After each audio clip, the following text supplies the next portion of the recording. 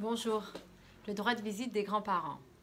Très classiquement, les relations entre les grands-parents et leurs petits-enfants se passent grâce aux parents.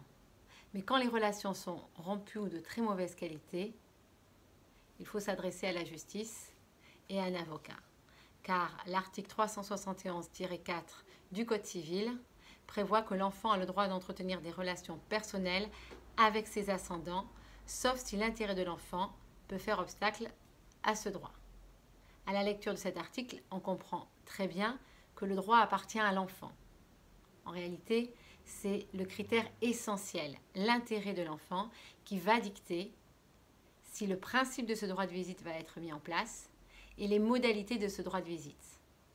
Dans la pratique, c'est le grand-parent qui va initier la procédure et très rarement l'enfant parce que par définition, c'est très compliqué pour lui.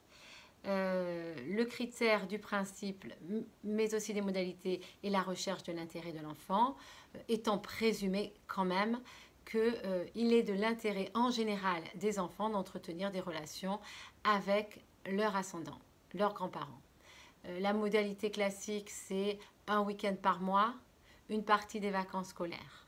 Il pourra être prévu une progressivité si la relation a été rompue trop longtemps entre le grand-parent et le petit-enfant.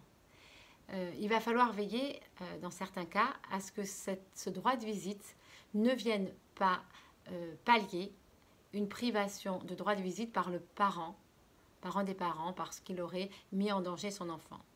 Mais il est plutôt admis que cette relation doit être maintenue avec l'enfant, quelle que soit la volonté des parents.